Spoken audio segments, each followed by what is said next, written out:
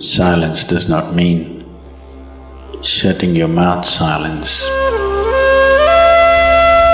What is being referred to as silence or nishabd? One cannot do this. One can become this. See if you can articulate the same things that you're saying with half the number of words. Suddenly you will become extremely conscious of everything.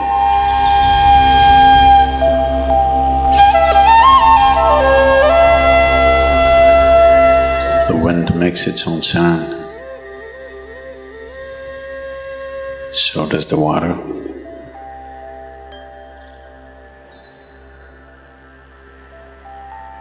So does the earth. In fact, so does the sky. All the celestial objects are making their own sounds. There are sounds of pain, sounds of pleasure, sounds of misery, sounds of joy. For everything there is a sound. With human life, it's very true. Sounds of life, and there are sounds of death, and there are even sounds of silence.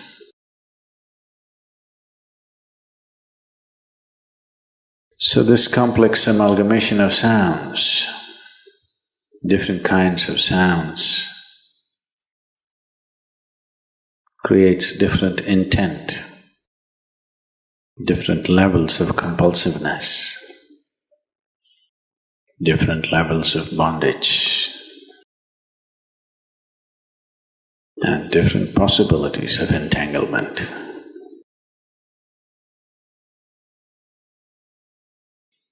In all this,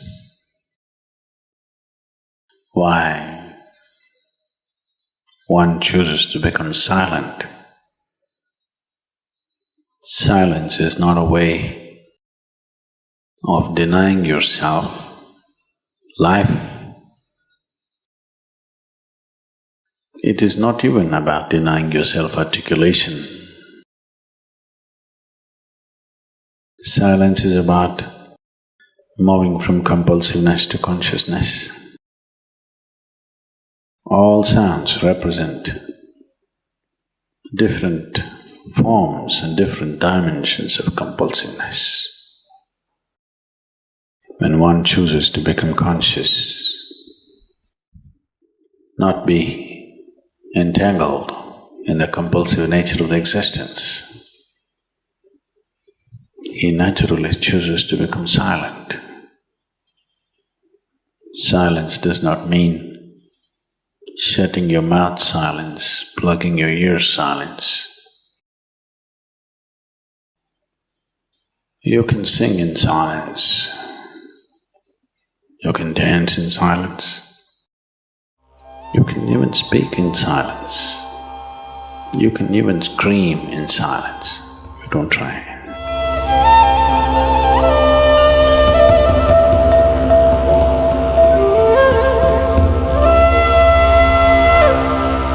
That does not mean when everybody is silent you scream. That is not screaming in silence.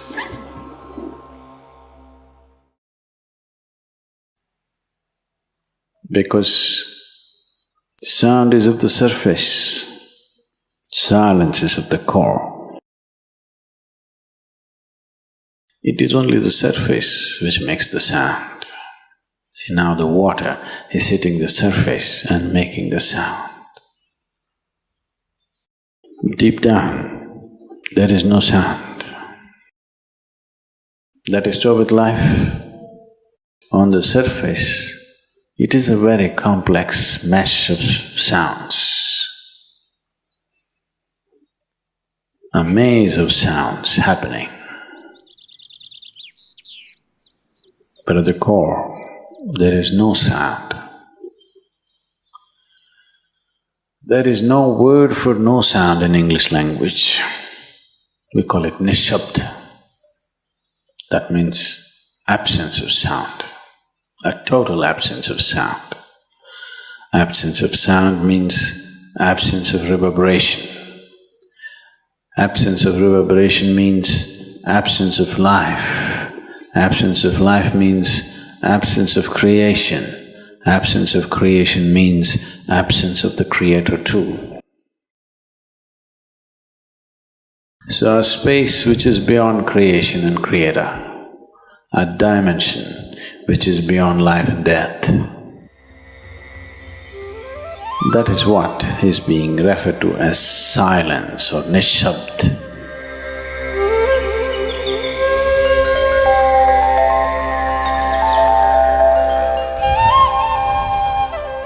One cannot do this. One can become this. Commonly, there are two words employed to describe this. One is maun, that means you're practicing silence, you're not silent. You shut your mouth and you're remaining in maun. This is not nishabd. Maun means you're practicing silence. If you're practicing something, obviously you're not that. Are you life or are you practicing life? I'm asking you. Are you life or are you practicing life? Practicing life? No, your life. Maybe not very well practiced, but your life. Similarly, there is a difference between practicing silence and becoming silence. Practicing silence starts as a certain restriction,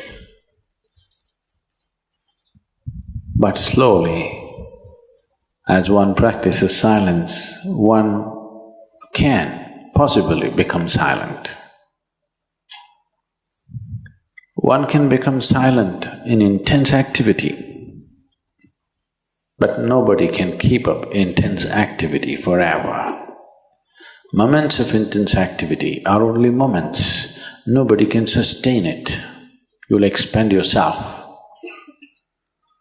Only if you can achieve it in inactivity, it is sustainable. If something is possible only in intense activity, it is never sustainable. In a very intense and ecstatic moment of singing, somebody may become or taste a moment of silence. But how long can you keep it up? Your throat will tear. And your neighbors may kill you. Possible. So this possibility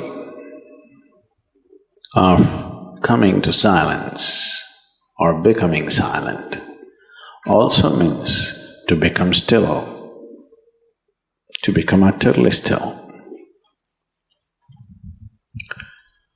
Stillness can be achieved in so many ways.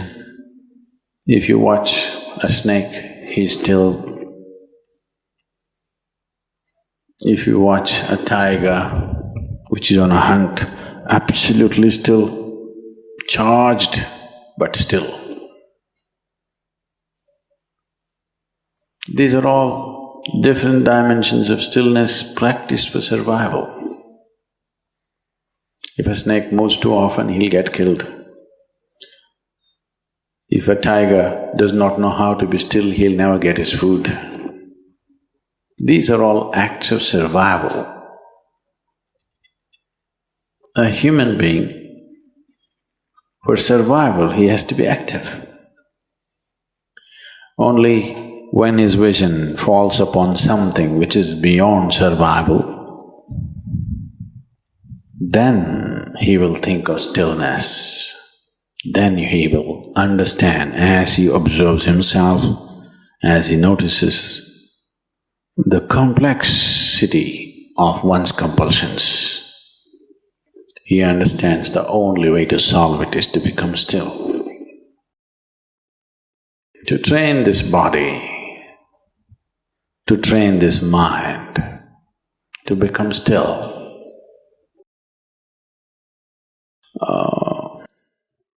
Takes some effort. If one is simply blissed out, he will become still. But otherwise one has to work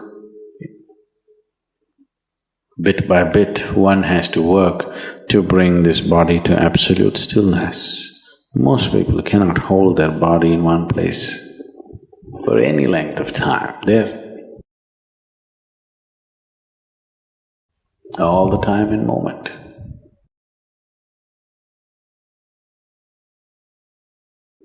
As it is said, a man is ill only because he does not know how to be still.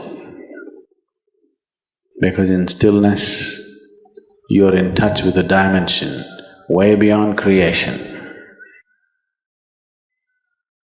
Once one is in touch with that, there is no such thing as illness. If I sit here and the body rots and falls down, still there is no illness, it's just there. Because in fact, when one becomes utterly still, he may not be able to hold on to the body unless he learns the tricks, the mechanism of the body. So why should I become still? Will I lose my body? Anyway, you will lose your body. When the time to lose your body comes, if you want to lose it gracefully, then you must know at least a little bit of stillness. If you want to put your body down like you can put this piece of cloth down, with the same ease, with the same gracefulness, then you need to have some stillness in you. Otherwise, you and your body, you have to be torn apart, which is an ugly thing to do. When you're being torn away from your body, it is an ugly and painful thing to do, unless you can keep it down. There's no grace in life. So if one has to attain to that grace, at least a certain amount of stillness has to enter your life. For this to happen, a certain level of silence has to enter your life. If right now it is not coming, at least practicing a little bit of Maun.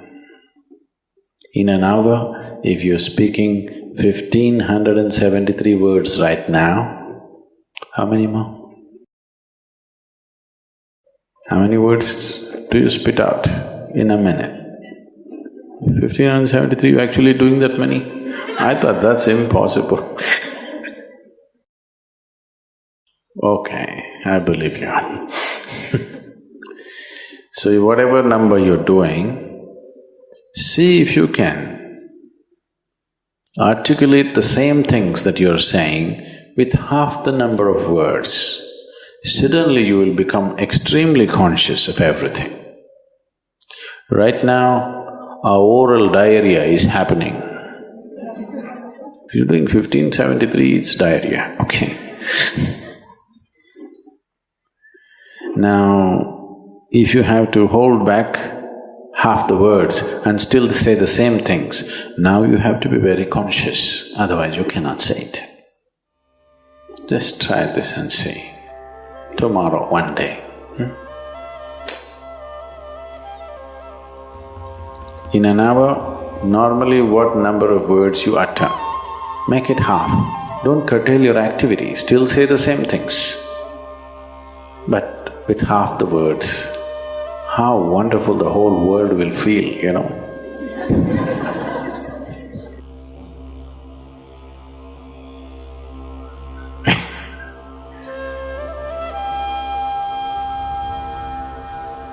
World will be a wonderful place, I'm telling you, tomorrow, if everybody does this.